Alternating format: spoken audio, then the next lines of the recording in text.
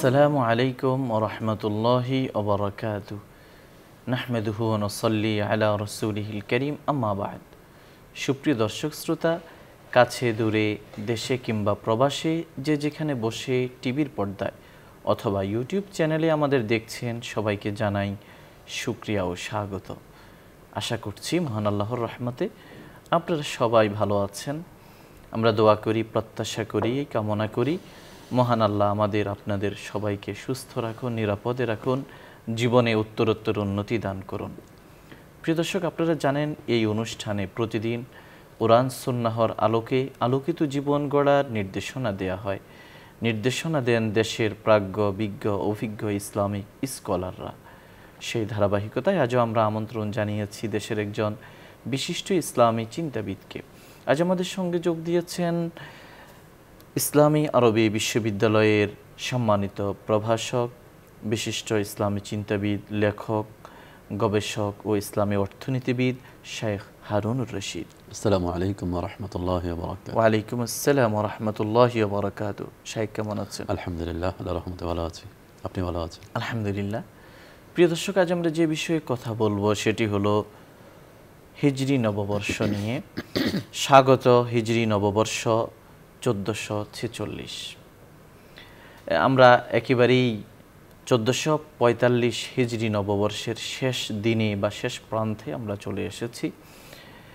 এই সময়ে একজন মুমিনের চিন্তা ভাবনা কেমন হওয়া উচিত, এবং এই সময়ে নতুন বছর যখন আমাদের সামনে আসবে, একজন মুমিনের হৃদয়ে কি স্বপ্ন, কি কল্পনা, কি আলপনা সে আঁকবে, সেটা তার ভেতরে ভিন্নতা, কিছু ভিন্ন আলাদা চিন্তা তার ভেতরে থাকা উচিত। আমরা জানি যে বিভিন্ন ক্যালেন্ডার বিভিন্ন দেশে, এমনকি সারা বিশ্বে প্রচলিত রয়েছে। আমাদের বাংলাদেশেও বাংলা ক্যালেন্ডার রয়েছে, বঙ্গাব্দ আমরা অনুসরণ করি। পাশাপাশি ইংরেজি ক্যালেন্ডার রয়েছে বা গ্রেগরিয়ান ক্যালেন্ডার আমরা যেটাকে বলতে পারি। এছাড়াও রয়েছে আরবি ক্যালেন্ডার, যেটা হজরত রসুল্লাহ সাল্লাল্লাহু আলাইহি ওয়াসাল্লামের হিজরতের স্মৃতিকে ধারণ করে এই হিজরি সন প্রচলিত হয়েছিল। সেই ধারাবাহিকতায় হিজরি নববর্ষ একটি আমাদের জন্য গুরুত্বপূর্ণ বিষয়। বিশেষভাবে মুসলমানদের যাপিত জীবনে অনেকগুলো এবাদতের সঙ্গে অনেকগুলো এবাদত চন্দ্রকে কেন্দ্র করে হয়ে থাকে বা হিজরি সালকে কেন্দ্র করে হয়ে থাকে। যদিও কিছু কিছু এবাদত সূর্যকে কেন্দ্র করে বা সূর্যভিত্তিক ক্যালেন্ডারকে অনুসরণ করে, সময় অনুসরণ করে হয়ে থাকে, তথাপি বিশেষ কিছু এবাদত রয়েছে যে ইবাদতগুলো চন্দ্রকে কেন্দ্র করে হয়ে থাকে। কাজে মুসলমানদের জীবনে হিজরি নববর্ষ বা হিজরি সাল অত্যন্ত গুরুত্বপূর্ণ একটি বিষয়। আর যেহেতু নতুন একটি হিজরি সাল আমাদের সামনে শুরু হতে যাচ্ছে, সুতরাং এ বিষয়ে আমাদের করণীয়, এ বিষয়ে একজন মুমিনের হৃদয়ের অনুভূতি এবং ইসলামের বিধিবিধানগুলো সার্বিকভাবে জেনে নেওয়া আমাদের জন্য এই সময়ে গুরুত্বপূর্ণ একটি কাজ। তাই আসুন আর দেরি না করে আমরা আমাদের সম্মানিত অতিথির কাছ থেকে এ বিষয়ে আমাদের সীমাবদ্ধ সময়ের মধ্যে সবিস্তারে জেনে নেওয়ার চেষ্টা করব ইনশাআল্লাহ। বিসমিল্লাহ ওয়াসসালাতু ওয়াসসালামু আলা রাসূলিল্লাহ, আম্মা বা'দ। قال الله سبحانه وتعالى أعوذ بالله من الشيطان الرجيم بسم الله الرحمن الرحيم إن عدة الشهور عند الله 12 شهرا في كتاب الله يوم خلق السماوات والأرض। আল্লাহ রাব্বুল আলামিনের অশেষ শুকরিয়া যে আমরা একটি বছর সুস্থভাবে আমরা সম্পন্ন করে নতুন একটি বছরের দ্বার প্রান্তে আমরা আসি। হিজরি নববর্ষের রাসূলুল্লাহ সাল্লাল্লাহু আলাইহি ওয়াসাল্লামের হিজরতের স্মৃতি বিজড়িত এই হিজরি সন, যার প্রথম মাস হচ্ছে মুহররম এবং শেষ মাস হচ্ছে জিলহজ। আমরা প্রথমেই একটু জানি যে হিজরি সনের প্রচলন কিভাবে হলো, তা ইতিহাসটা আমরা জানবো। এরপর ইনশাল্লাহ হিজরি সনের এই শেষ মুহূর্তে দাঁড়িয়ে অথবা নতুন একটি বছরের দ্বার প্রান্তে দাঁড়িয়ে আমাদের একজন মুসলমানের করণীয় কী হওয়া উচিত, অনুভূতি কেমন হওয়া উচিত, সে সম্পর্কে আমরা ইনশাল্লাহ সংক্ষিপ্ত আলোচনা করব। প্রথমে আমরা হিজরি সনের সংক্ষিপ্ত ইতিহাসটা মনে একটু জানলে ভালো হয়। দেখুন রাসূলুল্লাহ সাল্লাল্লাহু আলাইহি ওয়াসাল্লামের সাল্লাল্লাহু আলাইহি ওয়াসাল্লাম পুরো নবুয়তী জিন্দেগি এবং তার জীবনের এই সময়ে কোনো এরকম আরবদের কাছে কোনো ক্যালেন্ডার ছিল না, এবং আরও আগে জাহেলি যুগ থেকে কোনো ক্যালেন্ডার অনুসরণ করা হতো না। সেখানে কিন্তু মাসগুলো ছিল, তারা মাসের হিসাব করত। এই যে আমরা আরবি মাস যেগুলো বলি, মুহররম, সফর, রবিউল আউয়াল, এই মাসগুলো কিন্তু আগেও ছিল, ইসলামের আগেও এই নামগুলোই ছিল। তবে শুধুমাত্র মুহররম মাস সম্পর্কে বলা হয়ে থাকে যে মুহররম এই নামটা ছিল না। এটাকে আরবরা ইসলামের পূর্বে সফরে আউয়াল বলতো, সফর আল আউয়াল। এই যে মুহররম সফর আছে, এটাকে সফর স্থানী বলতো, মুহররমটাকে সফর আউয়াল বলতো, প্রথম সফর, দ্বিতীয় সফর। বাকি অন্যান্য মাসগুলো, এটা রাসূলুল্লাহ সাল্লাল্লাহু আলাইহি ওয়াসাল্লামের পঞ্চম পূর্বপুরুষ কাব ইবনে মুররা, যিনি রাসূল ইসলামের পঞ্চম পূর্বপুরুষ ছিলেন, ওনার সময় থেকে বলা হয়ে থাকে উনি এই মাসগুলোর নামকরণ করেছিলেন। মুহররমকে বাদ দিয়ে বাকি সফর, রবিউল আউয়াল, রবিউল সানি, এই নামগুলো প্রচলিত ছিল আরব সমাজে ইসলামের আগেও। তবে কোনো নির্দিষ্ট তারিখ থেকে শুরু করে এত সন এভাবে বলা হতো, তাদের হিসাব ছিল কোনো একটা বড় ঘটনাকে কেন্দ্র করে তারা সাল গণনা করত। যেমন রাসূল সাল্লাল্লাহু আলাইহি ওয়াসাল্লামের যখন জন্ম হয়েছিল সে বছর একটা বড় ঘটনা ঘটেছিল আরব দেশে, সেটা হলো আব্রাহা বাদশাহ কাবা শরীফ আক্রমণ করতে এসেছিল। সেই ঘটনা কেন্দ্র করেই তারা, এটাকে বলা হয় আমুল ফিল বা হস্তি বর্ষ। এই ঘটনাকে কেন্দ্র করে তারা হিসাব করতে বলা হতো যে এখন অমুক হস্তি বর্ষ, অর্থাৎ হস্তি বাহিনী আক্রমণ করার এততম বছর, এততম বছর, এততম বছর। এই ধরনের কিন্তু আমাদের দেশেও আমরাও ছোটকালে শুনেছি, আমাদের মা বাবার কাছে এরকম বলতো যে কোন একটা ঘটনাকে কেন্দ্র করে বলা হতো যে তোমার বাবা যখন বিদেশ গিয়েছিল তোমার বয়স তখন 4 বছর, তাই না? তোমার দাদা যে বছর মারা যায় তখন তোমার বয়স 3 বছর। অর্থাৎ একটা ঘটনাকে কেন্দ্র করে বছর গণনা করা হতো। আগের যুগের মানুষের মধ্যে এই জিনিসটা প্রচলিত ছিল। এইভাবেই কিন্তু গণনা করে আসছিল আরবরা, এবং রাসূল সাল্লাল্লাহু আলাইহি ওয়াসাল্লাম জীবদ্দশায় এভাবেই চলে গিয়েছেন, এবং কোনো ক্যালেন্ডার তৈরি হয়নি আরব দেশে, শুধু মাসগুলো ছিল। এইভাবেই চলতেছিল। চলতে চলতে হযরত ওমর রাদিয়াল্লাহু তাআলা আনহুর শাসনামলের একেবারে শেষের দিকে 17 হিজরিতে তখন একটা ঘটনা ঘটল। হযরত আবু মুসা আশআরী রাদিয়াল্লাহু তাআলা আনহু, যিনি হযরত ওমরের পক্ষ থেকে গভর্নর ছিলেন, উনি একবার চিঠি লিখলেন হযরত ওমর রাদিয়াল্লাহু তাআলা আনহুর কাছে যে আমাদের কাছে বিভিন্ন ধরনের এরকম সরকারি চিঠিপত্র আসে, আপনার কাছ থেকেও আসে, বিভিন্ন জায়গা থেকে আসে, সেখানে তারিখ উল্লেখ থাকে কিন্তু সন থাকে না। এতে করে আমরা বিভ্রান্ত হই যে আসলে এটা কোন বছরের, মনে করেন লেখা আছে যে 15ই শাবান, এটা কোন বছরের 15ই শাবান বোঝা যাচ্ছে না, তো সন নাই। তো আমরা তো এখন হিসাব করি যে মনে করেন এত এত তারিখ এই 2024 সাল, তাই না, বা এত তারিখ 1445 সাল হিজরি, এরকম কিছু লেখা থাকতো না, শুধু মাস লেখা থাকতো, তারিখ লেখা থাকতো, সন থাকতো না। তো এরকম আরেকটা ঘটনা হযরত ওমরের ক্ষেত্রে ঘটে গেল একবার। উনি একটা সরকারি কোন একটা দলিল উনি এরকম চাচ্ছিলেন, ওনার কাছে পেশ করা হলো, ওখানে লেখা আছে যে এত তারিখ শাবান মাসের একটা তারিখ উল্লেখ ছিল, সন নাই। উনি নিজে হঠাৎ করে বিভ্রান্ত হয়ে গেলেন যে এটা কোন বছরের, তাইলে এটা কি এবছরের শাবান মাস নাকি আর আগের বছরের শাবান মাস না পরের বছরের শাবান মাস। দেখেন, তখন একটা জিনিসের যখন সমস্যার সৃষ্টি হয় সেখান থেকে একটা নতুন জিনিসের উদ্ভাবন হয়। তখন হযরত ওমরের মাথায় আসলো, এবং হযরত আবু মুসা আশআরী রাদিয়াল্লাহু তাআলা আনহু পরামর্শ দিয়েছিলেন চিঠির মধ্যে যে একটা আমাদের সন প্রবর্তন করা উচিত, একটা ক্যালেন্ডার থাকা উচিত আমাদের। তাহলে এটা কীভাবে হবে এবং কোন সন থেকে আমরা শুরু করে এই তারিখটা, এই ক্যালেন্ডারটা ঠিক করব, সেটা নিয়ে হযরত ওমর রাদিয়াল্লাহু তাআলা আনহু তার মন্ত্রী পরিষদ যারা ছিলেন তাদেরকে নিয়ে উনি পরামর্শ করতেন। বড় বড় সাহাবায়ে কেরাম ছিলেন, ওনাদেরকে ডাকলেন, পরামর্শ বসলেন। সাহাবায়ে কেরাম বিভিন্ন ধরনের পরামর্শ দিলেন। সেখানে ইতিহাসে পাওয়া যায় যে হযরত সাদ ইবনে আবি ওয়াক্কাস রাদিয়াল্লাহু তাআলা আনহু উনি পরামর্শ দিলেন যে আমরা রাসূলুল্লাহ সাল্লাল্লাহু আলাইহি ওয়াসাল্লামের ওয়াফাত থেকে শুরু করে একটা শাওন গণনা করতে পারি। ওয়াফাত, রাসূল সাল্লাল্লাহু আলাইহি ওয়াসাল্লাম যেই দিন ওয়াফাত গ্রহণ করেছেন সেই দিন থেকে একটা ক্যালেন্ডার হবে যে রাসূল সাল্লাল্লাহু আলাইহি ওয়াসাল্লামের ওয়াফাতের এত বছর। আমরা যখন বলি হিজরি এত বছর, তখন বলা হবে যে হযরত রাসূল সাল্লাল্লাহু আলাইহি ওয়াসাল্লামের ওয়াফাতের এত বছর। যেমন খ্রিস্টাব্দ ঈসা আলাইহিস সালামের জন্মসাল থেকে শুরু হয়েছে, জন্মের এত বছর ধরে আজকে আমরা 2024 সালে আছি। তো উনি এই প্রস্তাব দিলেন। হযরত তালহা রাদিয়াল্লাহু তাআলা আনহু ছিলেন ওই ইয়াতে সবাই, উনি পরামর্শ দিলেন যে রাসূলুল্লাহ সাল্লাল্লাহু আলাইহি ওয়াসাল্লামের নবুয়তের, রাসূলুল্লাহ সাল্লাম যেদিন নবুয়ত পেয়েছেন, যে বছর নবুয়ত পেয়েছেন, রাসূলুল্লাহ সাল্লাল্লাহু আলাইহি ওয়াসাল্লামের বয়স যখন 40 বছর পূর্ণ হয়েছে, তা যিনি নবী হিসেবে আত্মপ্রকাশ করেছেন, সেই দিন থেকে আমরা সন গণনা শুরু করব। ওনার প্রস্তাব ছিল এরকম। কিন্তু হযরত আলী রাদিয়াল্লাহু তাআলা আনহু পরামর্শ দিলেন যে হিজরত থেকে সন গণনা করা হোক। শেষ পর্যন্ত সবাই কিন্তু হযরত আলীর পরামর্শটাকেই গ্রহণ করলেন এবং ওটাকেই সবাই উত্তম মনে করলেন। এটার কারণ হলো যে হিজরত হচ্ছে ইসলামের সবচেয়ে একটি বড় ঘটনা, যেটা সত্য মিথ্যাকে পার্থক্য করে দিয়েছে। যেখান থেকে সত্যিকারের ইসলামের পরিপূর্ণ রূপটা প্রকাশ পেয়েছে, সেটা হলো হিজরতের ঘটনা।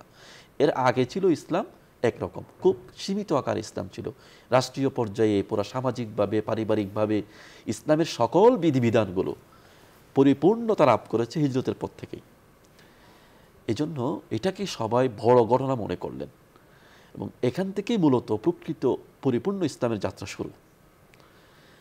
এই জন্য এটাকে সবাই মেনে নিলেন হযরত আলীর পরামর্শকে, এবং সেটাকেই ধরেই হিজরি সল গণনা শুরু করা হলো। এখানে হযরত ইবনে হাজার আসকালানী রহমতুল্লাহ আলাই, যিনি ফাতহুল বারী বুখারী শরীফের ব্যাখ্যা গ্রন্থ লেখক, উনি একটা সুন্দর কথা বলেছেন। মানে কেন সাহাবায়ে ইকরাম এদিকে গেলেন, হিজরতের দিকে কেন গেলেন? উনি একটা বলেছেন যে সাহাবায়ে ইকরাম মূলত ওনাদের সামনে কোরআনের সূরা তাওবার একটা আয়াত ওনাদের সামনে ছিল। সেখানে আল্লাহ তাআলা বলছেন যে লামাসজিদুন, আউযু বিল্লাহি মিনাশ শাইতানির রাজীম, লামাসজিদুন উসসিসা আলা তাকওয়া মিন আউয়ালি ইয়াউমিন আহাক্কু আন তাকুমা ফিহি। এখানে মসজিদে কুবা নির্মাণের ঘটনা। আল্লাহ বলছেন যে যেই মসজিদটা প্রথম দিনই আপনি নির্মাণ করেছেন, সেটা নিয়ে আপনি দাঁড়ানো উচিত, অর্থাৎ সেখানে আপনি দাঁড়ানোটা আল্লাহ তাআলা পছন্দ করেন। হাব্বু আন তাকুমা ফি, এটা অন্য একটা ঘটনার প্রেক্ষিতে বলা হয়েছে মসজিদে দিরারকে কেন্দ্র করে। যা হোক, আমরা সেদিকে না গিয়ে এখানে মূল বিষয়টা হচ্ছে আউয়ালু ইয়াউমি, প্রথম দিনই যে মসজিদটা প্রথম দিন থেকেই তাকওয়ার উপর প্রতিষ্ঠিত, সেই মসজিদেই আপনি দাঁড়ানোটা আল্লাহ পছন্দ করেন বেশি। এই যে প্রথম দিন, এটা কিসের প্রথম দিন? সাহাবায়ে ইবনে হাজার আসকালানী রাহমাতুল্লাহ আলাইহি বলছেন, এটাই সাহাবায়ে কেরামের মাথায় আসছে যে ইসলামের প্রথম দিন হচ্ছে হিজরতের প্রথম, যেদিন রাসূল সাল্লাল্লাহু আলাইহি ওয়াসাল্লাম মদিনায় পা রেখেছেন। প্রকৃত ইসলামের প্রথম দিন সেদিন থেকে শুরু হয়েছে। যেন আল্লাহ তাআলা প্রথম দিন এটাকে নাকারা হিসেবে বলা যায়। আরবিতে নাকারা মানে হলো অনির্দিষ্ট একটা প্রথম দিন। এটাকে যে কোনোভাবে নিতে পারেন, এমন না যে এটা হিজরতের প্রথম দিন, রাসূল সাল্লাল্লাহু আলাইহি ওয়াসাল্লাম মদিনায় পা রাখার প্রথম দিন, সেটাও হতে পারে। যে ইসলাম, প্রকৃত ইসলামের প্রথম দিন শুরু হয়েছে রাসূল সাল্লাল্লাহু আলাইহি ওয়াসাল্লাম যেদিন কোবায় পা রেখেছেন। রাসূল সাল্লাল্লাহু আলাইহি ওয়াসাল্লাম তো মদিনায় প্রথম কোবাতে পা রেখেছেন এবং সেখানে প্রথম মসজিদটা নির্মাণ করেছেন। সেখানে রাসূল সাল্লাল্লাহু আলাইহি ওয়াসাল্লাম কিছুদিন অবস্থান করেছেন, এরপরে মূল মদিনার দিকে নিয়ে এসেছেন। পরবর্তীতে মসজিদে নববী তৈরি হয়েছে। ইসলামের প্রথম মসজিদ কিন্তু মসজিদে কুবা, রাসূল সাল্লাল্লাহু আলাইহি ওয়াসাল্লামের হাতের প্রথম নির্মিত মসজিদ। আচ্ছা, যা হোক, তো ইবনে হাজার আসকালানী রাহমাতুল্লাহ আলাইহি বলছেন যে এই প্রথম দিন শব্দটাই সাহাবায়ে কেরামের মাথায় এনে দিয়েছে যে হিজরতের প্রথম দিনটাই হলো ইসলামের প্রকৃত প্রথম দিন। রাসূল সাল্লাল্লাহু আলাইহি ওয়াসাল্লামের নবুয়ত যেদিন পেয়েছেন সেদিনও নয়, অনেকে প্রস্তাব দিয়েছেন রাসূল সাল্লাল্লাহু আলাইহি ওয়াসাল্লামের জন্মের তারিখ থেকে হিসাব করার জন্য। ইবনে হাজার আসকালানী রাহমাতুল্লাহ আলাইহি এই কথাও বলেছেন ওখানে যে জন্মের প্রথম দিন সেটা যদি ধরা হতো, তাহলে জন্মের দিনটা তো অনেক মুখতালাফি, মতানৈক্য আছে ঐতিহাসিকদের মধ্যে, সেদিকে সাহাবায়ে কেরামের জন্য যান নাই। যা হোক, এভাবেই হিজরি সন গণনা শুরু হলো। এরপরে আরেকটা পরামর্শ সবার হযরত ওমরের ওখানে বসেছিল, সেটা হলো প্রথম মাস কি হবে।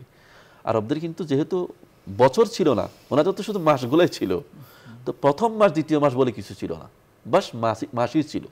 রমজান মাস বলতো, ওরা জিলহজ মাস বলতো। তো প্রথম মাস কি হবে সেটা নিয়েও সাহাবায়ে কেরাম পরামর্শ করলেন। সেখানেও বিভিন্নজন বিভিন্ন পরামর্শ দিয়েছিলেন। ইতিহাসের গ্রন্থে পাওয়া যায় যে হযরত আব্দুর রহমান ইবনে আউফ রাদিয়াল্লাহু তাআলা আনহু, বিখ্যাত সাহাবী আমরা জানি, উনি পরামর্শ দিয়েছিলেন যে রজব মাস থেকে শুরু করা হোক। হ্যাঁ, ওনার যুক্তি ছিল এরকম যে 4টা মাসকে হারাম মাস বলা হয় ইসলামে, যেমন এগুলো সম্মানিত মাস, এগুলো জাহেলি যুগেও সম্মানিত মাস ছিল। জাহেলি যুগের লোকেরাও এই 4টা মাসে যুদ্ধ বিগ্রহ বন্ধ রাখত। তার প্রথম হচ্ছে রজব দিয়ে শুরু হয়, মাঝখানে গ্যাপ থাকে, এরপর আবার শুরু হয় ইয়া দিয়ে জিলকাদ, জিলহজ, এরপরে মুহররম, এই 3টা ধারাবাহিক থাকে। আচ্ছা, এই জন্য আব্দুর রহমান ইবনে আউফের পরামর্শ ছিল আমরা রজব দিয়ে শুরু করি। হযরত তালহা রাদিয়াল্লাহু তাআলা আনহুর পরামর্শ ছিল রমজান, যেহেতু রমজান আমাদের সবচেয়ে মহিমান্বিত মাস, ইসলামে কোরআন নাজিলের মাস, আমরা রমজান দিয়ে শুরু করি। কিন্তু এখানেও হযরত আলী এবং হযরত উসমানের যৌথ পরামর্শ ছিল মুহররম দিয়ে শুরু করা। তো কিন্তু শেষ পর্যন্ত সবার পরামর্শক্রমে মুহররমটাই স্থির হয়েছিল। তবে মুহররম এটা ইসলামে নামকরণ করা হয়েছে। আমি আগেও বলেছি আলোচনার যে মুহররম নামটা তখন ইসলামের আগে ছিল না, এটা সফরে আউয়াল বলা হতো। যাই হোক, কিন্তু রাসূল ইসলামের ইয়ার পর থেকে, নবুয়তের পর থেকে এই মাসটাকে মুহররমই বলা হতো এবং শাহরুল্লাহিল মুহররম হাদিসের মধ্যে আছে। এই মাসটাকে নিয়ে শুরু করে একটা ক্যালেন্ডার তৈরি করলেন সাহাবায়ে কেরাম। রাসূল ইসলামের হিজরত থেকে গণনা শুরু হবে। সেদিক দিয়ে ওই বছর, যে বছর ওনারা ক্যালেন্ডার তৈরি করতেছিলেন, ওই বছর ছিল 17তম বছর হিজরতের, হিজরি 17, এবং এটা খ্রিস্টাব্দ হিসাব করলে আমরা দেখি 639 খ্রিস্টাব্দ, 639 খ্রিস্টাব্দ এবং আপনার 17 হিজরি থেকেই এই হিজরি ক্যালেন্ডারটা শুরু হয়। এরপর থেকেই এটাই ছিল মুসলিম জাহানের খোলাফায়ে রাশিদিনের যুগ থেকে শুরু করে উমাইয়া যুগ, আব্বাসী যুগ, উসমানী যুগ, সকল যুগে 1400 বছর ধরে মুসলমানদের একমাত্র ক্যালেন্ডার ছিল এটাই। সমগ্র মুসলিম বিশ্বজাহানে সমস্ত কাজকর্ম, সরকারি, বেসরকারি, প্রাতিষ্ঠানিক এবং ধর্মীয় তো আছে, সকল কাজকর্ম এই ক্যালেন্ডারকে অনুসরণ করেই করা হতো। খ্রিস্টাব্দ সন এটা মুসলমানদের কাছে পরিচিত ছিল না। এটা পরিচিত হয়েছে কলোনিয়াল যুগ শুরু হওয়ার পর থেকে, ধীরে ধীরে পরিচিত হয়েছে, কিন্তু রাষ্ট্রীয় পর্যায়ে আমাদের দেশে আসছে তাও ব্রিটিশদের পর থেকে। এর আগে আমাদের দেশেও কিন্তু মুঘল আমলেও হিজরি সন ছিল, এবং আরব দেশগুলোতে আমরা জানি এখনো পর্যন্ত হিজরি সনই সরকারি সন, ওখানে সরকারি সন হিসাব করা হয় হিজরি সনকে। হিজরি সন এটা হলো, যেহেতু আমাদের ইবাদত বন্দেগীর সাথে হিজরি সনটা জড়িত, এবং হিজরি সনটাই আল্লাহ তাআলা মূলত মানুষের মাস হিসাব করার জন্য তৈরি করেছেন।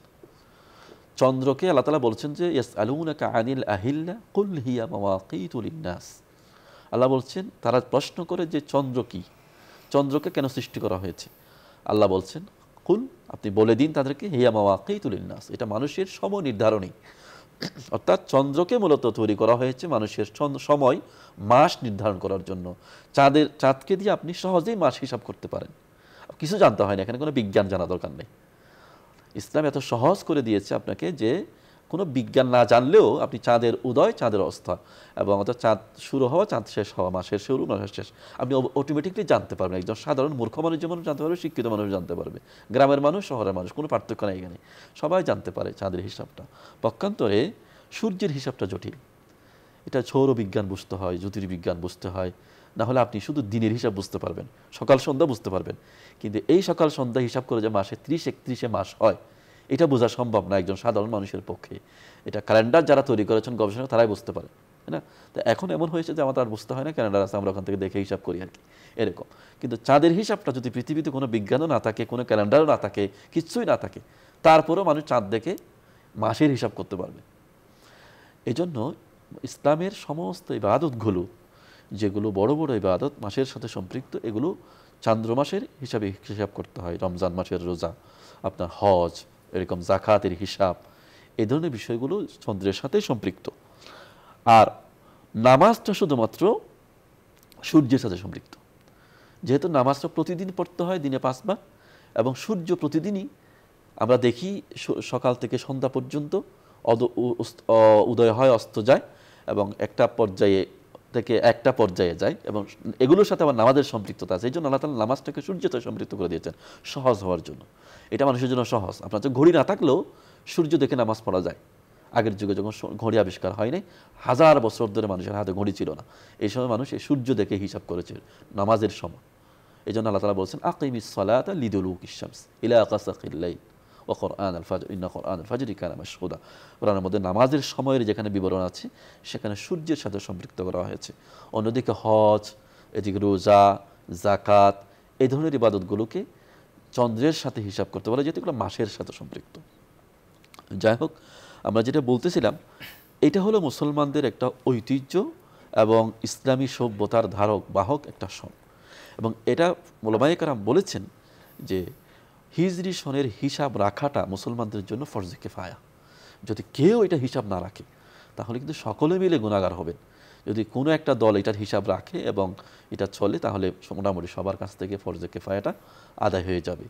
তবে উচিত হচ্ছে আমাদের ওইটার কমপক্ষে মনে রাখা। কিন্তু অবস্থা তো এমন দাঁড়িয়েছে যে আমরা তো মনেও রাখি না যে আজকে জিলহজ মাসের কয় তারিখ, মুহররমের কয় তারিখ, এটা আমাদের মনেও থাকে না অনেক সময়। তো এটা কোনোভাবেই উচিত নয়।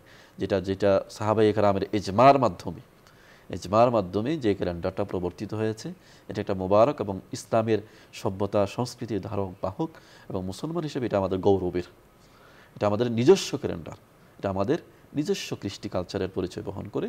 এই জন্য এবং ইসলামের পরিপূর্ণতার পরিচয় বহন করে। ইসলাম যে একটা পরিপূর্ণ ধর্ম এবং পরিপূর্ণ জীবন বিধান, তার একটা পরিচয় হচ্ছে আমাদের একটা নিজস্ব ক্যালেন্ডারও আছে। একটা ক্যালেন্ডারের জন্য আমরা কিন্তু মুখাপেক্ষী না, এটাও কিন্তু আমাদের একটা ধর্মের পরিপূর্ণতার পরিচায়ক। সুতরাং এগুলোকে আমাদের গৌরবের সাথে নিতে হবে, গর্বের সাথে এগুলো আমাদের চর্চা করতে হবে, স্মরণ রাখতে হবে এই তারিখগুলো, মাসগুলো। আমাদের সন্তানদেরকে আমাদের এই মাসগুলোর নাম শেখাতে হবে। আমাদের সন্তানরা কিন্তু জানুয়ারি ফেব্রুয়ারি জানে, যারা বিশেষ করে আমাদের সন্তানরা স্কুল কলেজে পড়ে, তাই না, তারা কিন্তু অনেকেই জানুয়ারি ফেব্রুয়ারি বলতে পারলেও মুহররম সফর এই 12টা মাসের নাম জানে না। অত্যন্ত দুঃখজনক। শুধু রমজান মাসটা আসলে রমজান মাসের নামটা হয়তো জানে, জিলহজ মাস যে হজ হয় এটা জানে, কিন্তু জিলহজ মাসের নাম অনেকে জানে না। আমি দেখেছি জিলহজ মাসের নামটা পারে না, মাসের নামটা, কিন্তু হজ হয় ওই মাসে এটা জানে। রমজান মাসটা সবাই ওই যে মিডিয়াতে প্রচার হয়, পত্রপত্রিকায় লেখা হয়, এটা মোটামুটি সহজ নাম, সবাই জানে। শাওয়াল, জিলকাদ, জিলহজ, এই যে নামগুলো, এগুলো আমাদের সন্তানদেরকে শিখাতে হবে, 12 মাসের নাম। এবং এটা তাদেরকে গৌরবের সাথে যেন তারা উচ্চারণ করতে পারে, সেই ধরনের একটা পরিবেশ আমাদেরকে সৃষ্টি করে দিতে হবে। তো এই মাসের, মুহররম মাসের, আপনি যেটা শুরুতে বলেছেন, আমরা কিছু ফজিলতের আলোচনা এবং ইসলামের দৃষ্টিতে এবং প্রথম নববর্ষের ক্ষেত্রে আমাদের একজন মুমিনের দায়িত্ব, কর্তব্য, অনুভূতি কী হতে পারে সে বিষয়ে একটু সংক্ষিপ্ত আলোচনা করে আমরা সময়ের শেষের দিকে মনে হয়। এই নববর্ষ যখন শুরু হয়, আমাদের প্রথম অনুভূতিটা হওয়া উচিত এরকম যে, কবি বলেছেন, আরবের একটা কবিতা আছে যে, সুরুল মারআ মা যাহাবাল লায়ালি ওয়া কানা যাহাবুহুন্না লাহু যাহাব।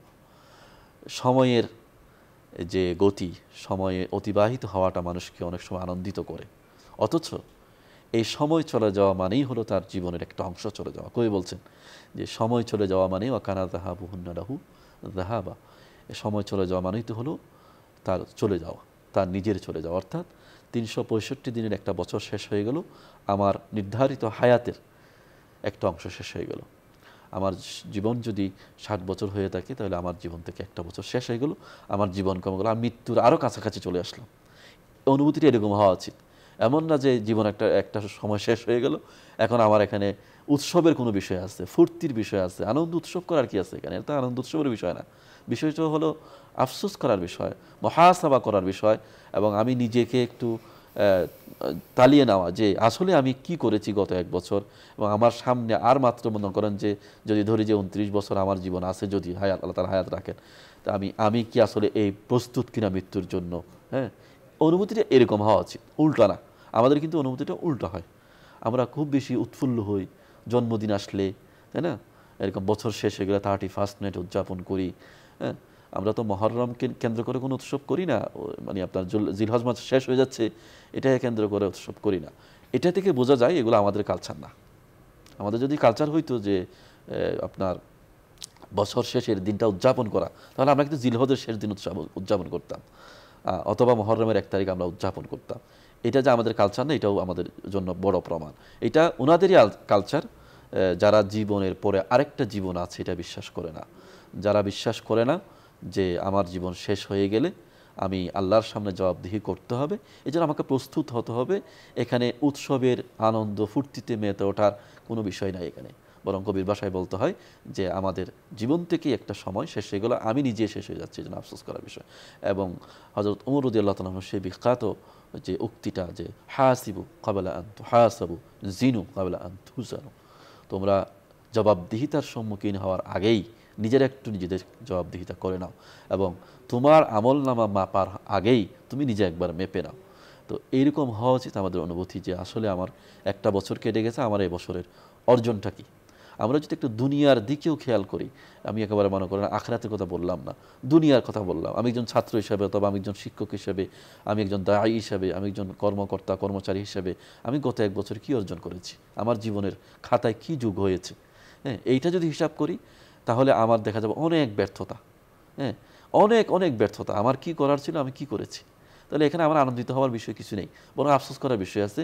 এবং নিজেকে আরও দৃঢ় প্রতিজ্ঞ হওয়া উচিত যে আমি সামনের দিনগুলোতে এগুলো করব না, এবং আমার দিনগুলো যেন আরও সুন্দর হয়, আরও সুগঠিত হয়, আরও আপনার সুপরিকল্পিতভাবে যেন আমার দিনগুলো আমি কাটাতে পারি, সেরকম একটা পরিকল্পনা গ্রহণ করা উচিত বছরের শেষ দিনে অথবা বছরের শুরুর দিনে। এটাই হওয়া উচিত একজন মুমিনের আপনার অনুভূতি এবং দায়িত্ব এবং কর্তব্য বছরের শুরুতে এবং শেষে। আরেকটা বিষয় হচ্ছে মুহররম মাস আমাদের হিজরি ক্যালেন্ডার অনুযায়ী এটা প্রথম মাস, এবং এই প্রথম মাসের কিছু ফজিলত কোরআন হাদিসে বর্ণিত আছে, এবং সাহাবায়ে কেরামকে রাসূল সাল্লাল্লাহু আলাইহি ওয়াসাল্লাম উৎসাহিত করেছেন, এবং যুগে যুগে উলামায়ে কেরাম উম্মতকে এগুলো বলে আসছেন আমল করার জন্য, যাতে করে আমরা এই বিষয়গুলো আমল করতে পারি। সেই সূত্রে আমরা বিষয়গুলো একটু বলি, যাতে করে আমরা নিজেরাও আমল করতে পারি, আমাদের যারা দর্শক শ্রোতা আছেন তারাও যাতে করে এই মুহররমকে কেন্দ্র করে যে হাদিসের মধ্যে যে আমলগুলোর কথা আছে সেগুলো যেন আমল করতে পারে। হাদিসের মধ্যে এসেছে যে আফদলুস সিয়ামি বা'দা রমাদান শাহরুল্লাহিল মুহররম, রমজানের পরে সবচেয়ে উত্তম নফল রোজার সময় হচ্ছে মুহররম মাস। সেজন্য আমরা রমজানের পরে আরো কিছু মাস হাদিসের মধ্যে আছে, এগুলো বিভিন্ন কেন্দ্র করে বিশেষভাবে শাবানের কথা আছে, জিলহজ মাসের প্রথম 10 দিনের কথা আছে, মুহররম মাসের কথা বিশেষ করে আছে। এখানে নফল রোজা রাখা, বিশেষ করে মুহররমে একটা দিন আমরা সবাই জানি আশুরার দিন, অত্যন্ত ফজিলতের একটা দিন। এই দিন রাসূল আসলাম মক্কায় থাকাকালীনও রোজা রাখতেন। এই দিনে রোজা সম্পর্কে আমরা মোটামুটি 2-3টা বিষয় ভাগ করে বলতে পারি, এভাবে বলতে পারি যে রাসূল আসলাম মক্কায় থাকতেও রোজা রাখতেন এই আশুরার দিনে। তবে সাহাবায়ে কেরামকে রোজা রাখার জন্য উৎসাহিত করেছেন এরকম কোনো বর্ণনা পাওয়া যায় না মক্কা থাকতে। মদিনায় যাওয়ার পরে রাসূল আসলাম দেখলেন যে এই দিনে আশুরার দিনে মুহররমের 10 তারিখে ইহুদিরা রোজা রাখছে, যেহেতু মদিনায় অনেক ইহুদি থাকতো। তখন রাসূল জিজ্ঞেস করলেন এরা কেন রোজা রাখছে? বলা হলো যে এরা রোজা রাখছে কারণ মূসা আলাইহিস সালাম এই দিন ফেরাউনের কবল থেকে মুক্ত হয়েছিলেন, আল্লাহ তাআলা মূসা আলাইহিস সালামকে রক্ষা করেছিলেন, ফেরাউনকে ডুবিয়ে মেরেছিলেন এই দিন মুহররমের 10 তারিখে। সেটার স্মারক হিসাবে তারা এই দিনটাকে স্মরণ করেই রোজা রেখে থাকে মুহররমের 10 তারিখ। তখন রাসূল সাল্লাল্লাহু বললেন যে নাহনু আহাক্কু বিমূসা মিনহুম, আমরা তো তাদের চেয়ে মূসার অনুসরণ করার জন্য বেশি উপযুক্ত, তাহলে আমরাও রোজা রাখবো। তখন থেকে রাসূল সাল্লাল্লাহু সাহাবায়ে কেরামকেও আশুরার দিন রোজা রাখার নির্দেশ দিলেন। এবং রমজানের রোজা ফরজ হয়েছে তো 2য় হিজরিতে। রমজানের রোজা ফরজ হওয়ার আগ পর্যন্ত এই রোজাটা ফরজই ছিল, এবং অত আবশ্যিকভাবে মুসলমানরা সবাই আশুরার দিন অবশ্যই রোজা রাখতেন। যখন রমজানের রোজা ফরজ হয় হিজরি 2য়তে, তখন থেকে এই রোজাটা নফলে পরিণত হয়। তো প্রথম ধাপ হচ্ছে রাসূল সাল্লাল্লাহু নিজে রোজা রাখতেন মক্কায়, সাহাবায়ে কেরামকে বলতেন না। মক্কায় এসে প্রথম সবাইকে রোজা রাখার জন্য নির্দেশ দিলেন, এটা বাধ্যতামূলকভাবে। দ্বিতীয় ধাপ, তৃতীয় ধাপ হচ্ছে যখন রোজা ফরজ হলো রমজানের, তখন এটাকে নফল করে দেওয়া হলো আবার। অর্থাৎ ফামান শাআ ফালিয়াসুম ওমান শাআ ফালিইফতির, যে চাইবে সে রোজা রাখবে, যে চাইবে সে রোজা রাখবে না, এভাবে এটা করে দেওয়া হলো। এরপরে চতুর্থ বিষয় হচ্ছে রাসূল সাল্লাল্লাহু একেবারে মৃত্যুর পূর্বে হযরত ইবনে আব্বাস রাদিয়াল্লাহু তাআলা আনহু হাদিসটা বর্ণনা করেছেন আছে যে রাসূল সাল্লাল্লাহু আলাইহি ওয়াসাল্লাম একদিন হযরত ইবনে আব্বাসকে বললেন, ইবনে আব্বাস রাসূল সাল্লাল্লাহু আলাইহি ওয়াসাল্লামকে বললেন যে ইয়া রাসূলুল্লাহ, আমরা তো রোজা রাখছি আশুরার দিন, এটা তো আসলে ইহুদিরাও রাখে আমরাও রাখছি, একটা কেমন যেন সামান্য হয়ে যাচ্ছে না, ওনাদের সাথে আমাদের একটা মিল হয়ে যাচ্ছে না। অর্থাৎ মুসলমানরা দেখেন, এখান থেকে একটা জিনিস আমরা বুঝতে পারি, সেটা হলো মুসলমানদের মনে সবসময় এটাই কামনা করতে যে আমরা আমাদের নিজস্ব কৃষ্টি, আমাদের নিজস্ব সভ্যতা, আমাদের একটা নিজস্বতা, স্বাতন্ত্র্য বোধ যেন থাকে, আমাদের সাথে যেন অন্য কোনো জাতির মিল না থাকে। এটা তাদের মধ্যে কাজ করতো, রাসূল সাল্লাল্লাহু মধ্যেও কাজ করতো। এই অনুভূতি থেকেই হযরত ইবনে আব্বাস রাদিয়াল্লাহু তাআলা আনহুমা তিনি রাসূল সাল্লাল্লাহু আলাইহি ওয়াসাল্লামকে বলছেন, ইয়া রাসূলুল্লাহ, আমরা যে আশুরার দিন রোজা রাখছি, তো এটা তো ইহুদিদের সাথে মিলে যাচ্ছে, এটা কেমন যেন হয়ে যাচ্ছে না? এই ধরনের একটা প্রশ্ন রাসূল সাল্লাল্লাহু আলাইহি ওয়াসাল্লামকে করলেন। রাসূল সাল্লাল্লাহু তখন বললেন, আমি আসলে আশা করছি যে এটা যেন মিল না হয়, আগামী বছর যদি আল্লাহ আমাকে বাঁচায় রাখেন, ইন বাকিতু, হাদিসের মধ্যে আসছে, ইন বাকিতু আও ইন আইশতু ইলা কাবিলিন লা আসুমান্না তাস, যে আমি যদি আগামী বছর বেঁচে থাকি তাহলে অবশ্যই আমি 9 তারিখ রোজা রাখবো। একে রাসূল সাল্লাল্লাহু আলাইহি ওয়াসাল্লামের জীবনের শেষ মুহূর্তের এটা কথা, শেষ মুহূর্ত মানে কয়েকদিন আগের কথা, শেষ দিনগুলোর কথা। রাসূল সাল্লাল্লাহু আলাইহি ওয়াসাল্লামের একটা আশা ছিল যে তিনি যদি বেঁচে থাকেন তাহলে আগামী বছর 9 তারিখ রোজা রাখবেন, যাতে করে ইহুদিদের সাথে একই রকম সামঞ্জস্যশীল না হয়, একটু ভিন্ন হয়। ওরা শুধু 10 তারিখ রাখে, আমরা 9-10 রাখবো, 2 দিন রাখবো, তাহলে একটু ভিন্ন হবে। কিন্তু রাসূল সাল্লাল্লাহু আলাইহি ওয়াসাল্লাম সে বছরের পর আর বেঁচে ছিলেন না। এটা হিজরি 11তম হিজরির ঘটনা। রুস্তম পরের বছর এবছর ইন্তেকাল করেছেন, পরের মহররম পর্যন্ত উনি বেঁচে ছিলেন না, ফলে রুস্তমের 9 তারিখে রোজা রাখাটা হয় নাই। তবে রুস্তম যেহেতু আশা করেছেন বেঁচে থাকলে উনি রাখতেন, তাহলে এটা রুস্তমের আশা মানে হলো মুসলমানদের জন্য নির্দেশ, এটা যে এভাবেই করা উচিত। সেই থেকে সাহাবায়ে কেরামের আমল ছিল যে 9 তারিখ এবং 10 তারিখ ওনারা মহররমের রোজা রাখতেন 2 দিন। হ্যাঁ, সে এবং উলামায়ে কেরাম পরবর্তীতে সমস্ত ইমাম মুজতাহিদিন থেকে শুরু আজকে 1400 বছর পর্যন্ত সমস্ত উম্মাহ এটাই আমল করে আসছে যে এটাই উত্তম, আশুরার দিনের রোজা যে 2 দিন রাখা, 9 তারিখ 10 তারিখ রাখা। এবং আশুরার দিনের রোজার ফজিলত সম্পর্কে রাসূল বলেছেন যে লা আহতাসিবু আলাল্লাহি আন ইউকাফিরা আস-সানাতাল্লাতী ক্বাবলাহা, যে আমি আশা করি যে আল্লাহর কাছে এই রোজা তার পূর্ববর্তী 1 বছরের গুনাহ ক্ষমা করে দেবে। আরাফা দিনের রোজার এরকম একটা হাদিস আছে, সেটা হলো আগের এবং পরের 2 বছরের গুনাহ মাফ হয় আরাফার দিনের রোজা, আর এটা হলো আগের 1 বছরের গুনাহ মাফ হয়। সুতরাং আমরা যারা পারি আমরা মহররমের 10 তারিখের রোজাটা রাখবো ইনশাআল্লাহ। এটা সাহাবায়ে কেরাম উলামায়ে কেরাম সমস্ত উম্মাহ গত 1400 বছর ধরে আমল জারি আছে মুসলিম উম্মাহ। আল্লাহ রাব্বুল আলামিন আমাদের সবাইকে তৌফিক দান করুন। প্রিয় দর্শক, আমরা আজ যে বিষয়ে আলোচনা করেছি, আলোচনা শুনেছি, তার সারমর্ম হলো যে আমাদের সামনেই কিন্তু নতুন একটি হিজরি বর্ষ শুরু হতে যাচ্ছে।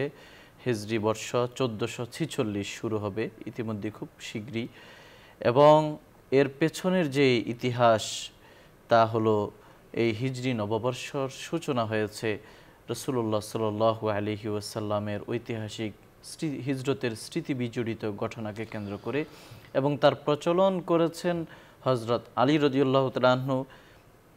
এর জন্য সর্বপ্রথম প্রস্তাব দিয়েছেন সাদ ইবনে আবি ওয়াক্কাস রাদিয়াল্লাহু আনহু, এবং রাসূলুল্লাহ সাল্লাল্লাহু আলাইহি ওয়াসাল্লামের হিজরত থেকে বা মুহররম মাস থেকে যে আমরা সাল গণনা করছি এর সপক্ষে যুক্তি এবং প্রস্তাব পেশ করেছেন হযরত আলী রাদিয়াল্লাহু আনহু। প্রথম যেই বছর হিজরি ক্যালেন্ডার বা আরবি ক্যালেন্ডার সূচনা করা হয় ওই বছর খ্রিস্টাব্দ অনুসারে 639 খ্রিস্টাব্দ ছিল এবং হিজরি সাল অনুসারে 17তম হিজরি সাল ছিল। প্রিয় দর্শক, মুসলমানদের দেশে দেশে মুসলমানরা তাদের ইবাদতের কারণে এখন পর্যন্ত তাদেরকে হিজরি ক্যালেন্ডার অনুসরণ করতে হয়, চন্দ্রভিত্তিক ক্যালেন্ডার অনুসরণ করতে হয়, বিশেষভাবে রোজা, হজ, যাকাতের ক্ষেত্রে। আর আমাদের প্রতিদিনের যে নামাজ, আমাদের সালাতের ক্ষেত্রে সূর্য ক্যালেন্ডারকে আমরা অনুসরণ করে থাকি। এবং আমরা আজকে এই আলোচনা থেকে আরও জানতে পেরেছি যে হিজরি ক্যালেন্ডার অনুসরণ করা বা হিজরি বর্ষ সম্পর্কে জ্ঞান রাখা সামষ্টিকভাবে মুসলমানদের জন্য ফরজে কিফায়া, অর্থাৎ নির্দিষ্ট কিছু মানুষের জন্য এটার খোঁজখবর রাখা, সম্যক এর সম্পর্কে ধারণা রাখা, জানাশোনা থাকা জরুরি। পাশাপাশি অন্যান্য ক্যালেন্ডারও চাইলে ব্যবহার করা যেতে পারে। প্রিয় দর্শক, একটি বছর যখন শেষ হয় এবং নতুন আরেকটি বছর শুরু হয়, তো এই বছর শেষ হওয়া এবং শুরু হওয়া এটি কোনো আনন্দের বিষয় নয়, বরং এর মধ্য দিয়ে আল্লাহ রাব্বুল আলামিনের শুকরিয়া আদায় করতে হবে। পাশাপাশি আত্মজিজ্ঞাসা, আত্মপর্যালোচনার একটি ক্ষেত্র উপলক্ষ এই সময়ে তৈরি হয় যে একটি বছর আমার কাছ থেকে চলে গেল, আমার আমলি জীবনে কতটুকু আমি উপকৃত হতে পারলাম, আমি আখিরাতের পথে কতটুকু ধাবিত হতে পারলাম, পরকালের জন্য কতটুকু পাথেয় সঞ্চয় করতে পারলাম। এই বিষয়টি আমাদের জন্য অত্যন্ত জরুরি এবং ভাবনার বিষয়। আল্লাহ রাব্বুল আলামিন আমাদের নতুন বছরকে আমাদের জন্য আরও কল্যাণকর, আরও আমাদের ঈমান আমলের ক্ষেত্রে, আমাদের দুনিয়া আখিরাতের সমৃদ্ধির ক্ষেত্রে সহায়ক হোক এবং আমাদের জন্য এ বছর অযুত কল্যাণ বয়ে আনুক, এই প্রত্যাশা রেখে আজকের মতো এখানে বিদায় নিচ্ছি। তবে যাওয়ার আগে আমরা সংক্ষিপ্ত মোনাজাতে অংশগ্রহণ করব। আপনারা চাইলে আমাদের সঙ্গে মোনাজাতে শামিল হতে পারেন।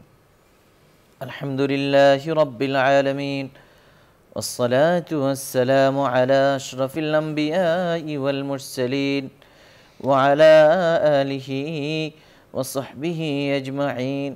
اللهم لا نحصي ثناء عليك أنت كما أثنيت على نفسك.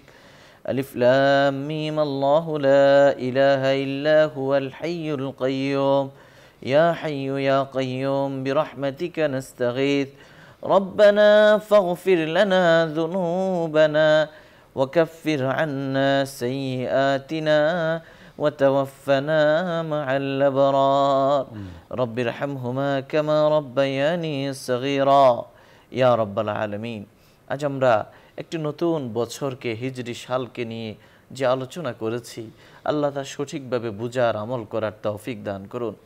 আল্লাহ আপনার নবী আমাদেরকে দোয়া শিখিয়ে দিয়েছেন যখন একটি নতুন চাঁদ উদিত হয়, নতুন বছর উদিত হয়, আমরা যেন আপনার কাছে কল্যাণ কামনা করি।